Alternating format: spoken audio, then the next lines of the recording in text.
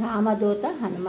వాయుపుత్రుడనైన నేను సముద్రమును దాటి వచ్చి ఇచ్చట సీతను వెతుకుచూ నీ అశోకవనమున చూచితిని. నీవు ధర్మజ్ఞుడవు. నీ వంటి ప్రాజ్ఞులు అపాయ భూయిష్టములైన అధర్మ కార్యమునకు పాల్పడరు. రామునకు అప్రియమునర్చి ఇంద్రుడిను సుఖింపలేడు. నీవనగా ఎంత కావున హితమును తలచి సీతను రాముని కొసకుము. కష్టార్జితమైన తపఫలమును ఎలా ఈ విధముగా నశింపజేసుకుందువు? నీవు వరబలమున అవధ్యుడవని తలచుచున్నావు. నీవు దేవదానవులకు అవధ్యుడవైనను నరవానరులకు కాదు.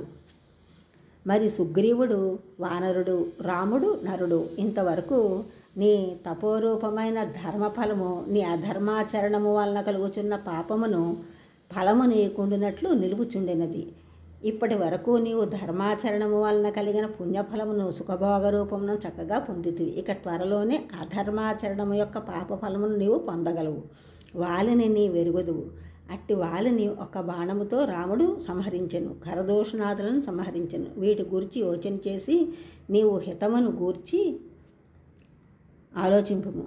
నేను ఒక్కడినే ఈ లంకానగరమును నాశనమర్తును. కానీ రాముని అభిప్రాయం అది కాదు.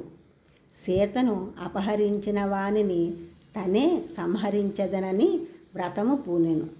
ఆ సీత నీకు కాలపాసము, రాక్షస జాతికి కాళరాత్రి.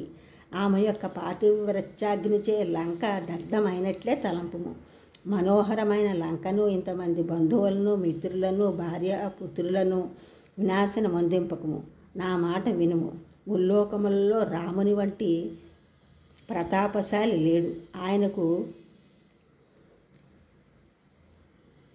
అప్రియమును గావించి నీవు జీవించుట దుర్లభము.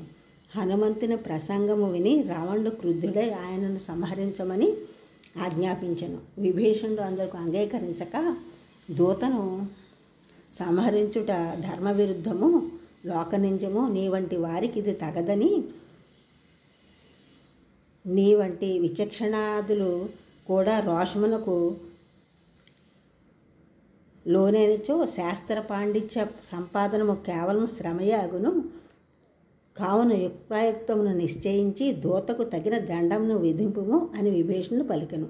ఇక్కడ ఆంజనేయుని పాండిత్యమును రావణుడు గ్రహించలేదు.